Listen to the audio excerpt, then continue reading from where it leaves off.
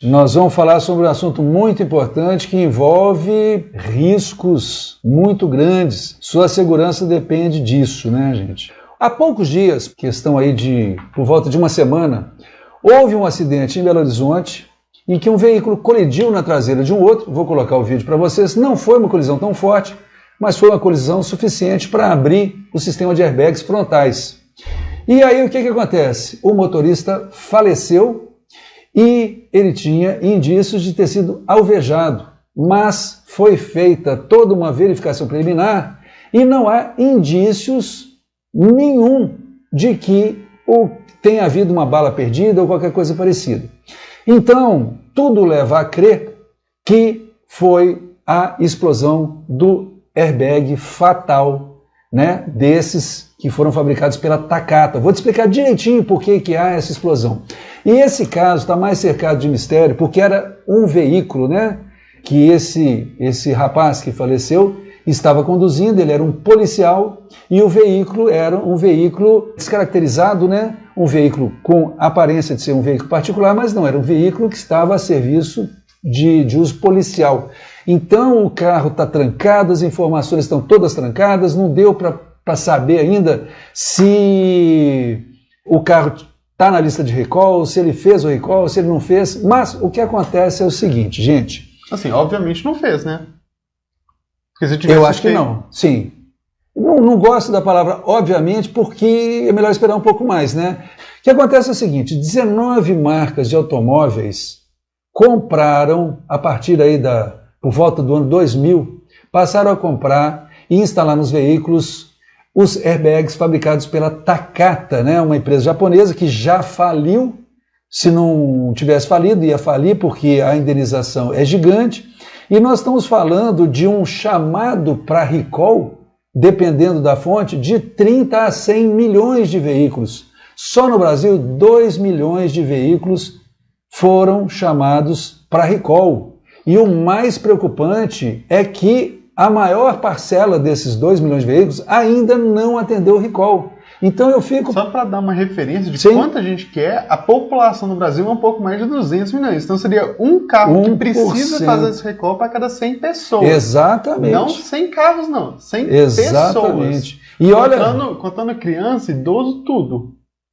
E olha, Gui, que esses chamamentos para recall já vem desde 2013. E eu vou te falar o seguinte, a Takata, terrível, é a grande culpada, é a culpada primária disso tudo. Mas quem já ouviu falar que tem que fazer o recall e não fez, ele está solidário, é tão culpado quase quanto o fabricante. Então, Flávio meu tá aqui amigo, comentando que realmente não fazer recall é estupidez. Pouco importa a marca do seu carro. Tem que entrar no site do fabricante e ver se o carro está incluído, se já foi feito o recall, se comprou ele usado.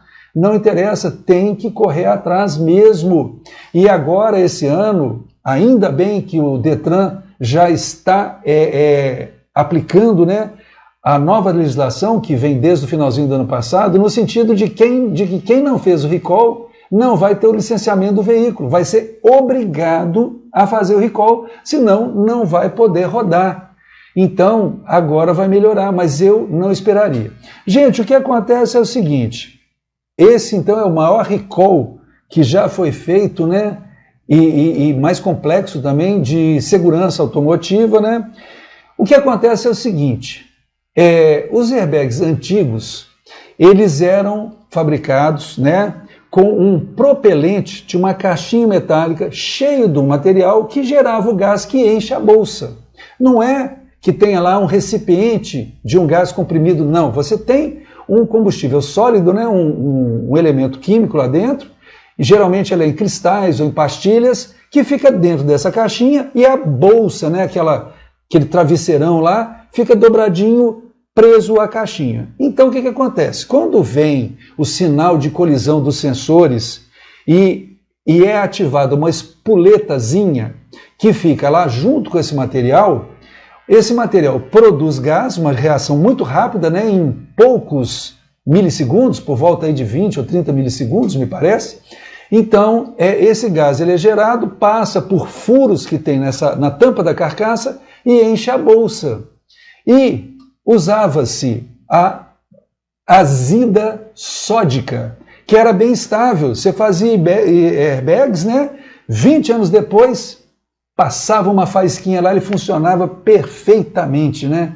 Mas aí a Takata, muito esperta, descobriu que poderia fazer airbags, que os insufladores eles eram baseados em nitrato de amônio, o mesmo nitrato de amônio que explodiu lá no porto em Beirute e arrasou grande parte do porto. E aí os airbags, cara, de verdade, funcionavam direitinho, perfeitamente. A quantidade de gás, a velocidade de geração de gás, era tudo perfeito. Então, todo mundo na Takata ficou feliz, começou a praticar preços muito inferiores aos da concorrência, e todas as marcas, né, as 19 grandes marcas, sei lá se é 20, se é 18, mas eu considero que são 19, passaram a comprar, porque ficou uma maravilha, baratinho, baratinho, né, vamos comprar da Takata. Só que depois de anos, né, então isso começou lá em 2000 e qualquer coisa, agora, 15 anos depois, 10 anos depois, que o chamamento já está acontecendo há algum tempo, eles descobriram que em locais quentes e úmidos, quanto mais quente e quanto mais úmido, havia uma alteração desse material, né, do nitrato de amônio, que ele fisicamente sofria ali a superfície dele começava a ficar mais porosa e a reação de produção do gás começava a ser muito mais rápida. Então, a quantidade de gás gerado não é o problema, mas o gás começou a ser gerado muito mais rápido. Então, em 10% do tempo, era gerado todo o gás que tinha que ser gerado no tempo previsto. O que acontecia? O que passou a acontecer? Essa carcaça metálica onde era produzido o gás, começava a ter a geração de muito gás lá dentro e os furos eram furos projetados para um funcionamento correto, só que então os furos se tornavam pequenos para essa grande velocidade de produção do gás e aí a pressão dentro dessa carcaça era muito grande. E aí o que acontece? Explodia essa carcaça metálica jogando pedaços para tudo quanto é canto, como uma granada. Então, por isso que o primeiro caso que aconteceu nos Estados Unidos com uma mulher, mais ou menos igual que aconteceu aqui em Belo Horizonte há cerca de uma semana, o que acontece? No caso dessa mulher, não tinha nenhum vidro quebrado no carro e ela tinha uma perfuração de um projétil. Ninguém entendia, não tinha vidro quebrado, por onde que essa bala perdida passou? Aí que se começou a perceber e descobrir que eram os pedaços dessa carcaça que atingia as pessoas. Até vou fazer uma pausazinha aqui para falar para vocês que tentaram salvar, a Takata tentou salvar os airbags dela, fazendo o seguinte, fazendo uma vedação super caprichada da câmara, né, do material gerador de gás, né, para não entrar umidade lá dentro. Tentaram colocar também dissecante, sabe quando você compra um eletrônico, vem um pozinho lá dentro? Tentaram botar isso lá dentro do airbag, mas o negócio é complicado, o risco é muito grande. É melhor desistir e passar para um produto mais estável. Eu tenho que falar o seguinte, né? Me preocupa que você não vê mais chamamento para recall.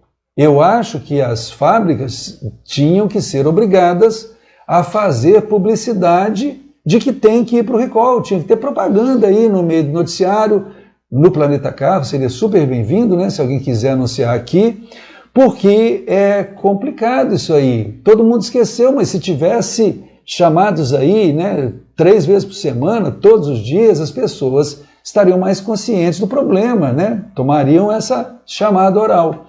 E o que eu acho também meio complicado é que às vezes você quer levar seu carro para o recall e eles programam para dali a um tempão, muitos dias. Igual marcar consulta em plano de saúde, né? Você está lá passando mal, vai marcar uma consulta, desde que não seja emergência, te marca para muito lá para frente. E aí, o cara vai rodar com o carro, correndo risco ali de estourar na fuça do motorista? Eu acho também que os PROCONs deveriam ter se manifestado, né, se posicionado de uma forma mais dura com relação a isso.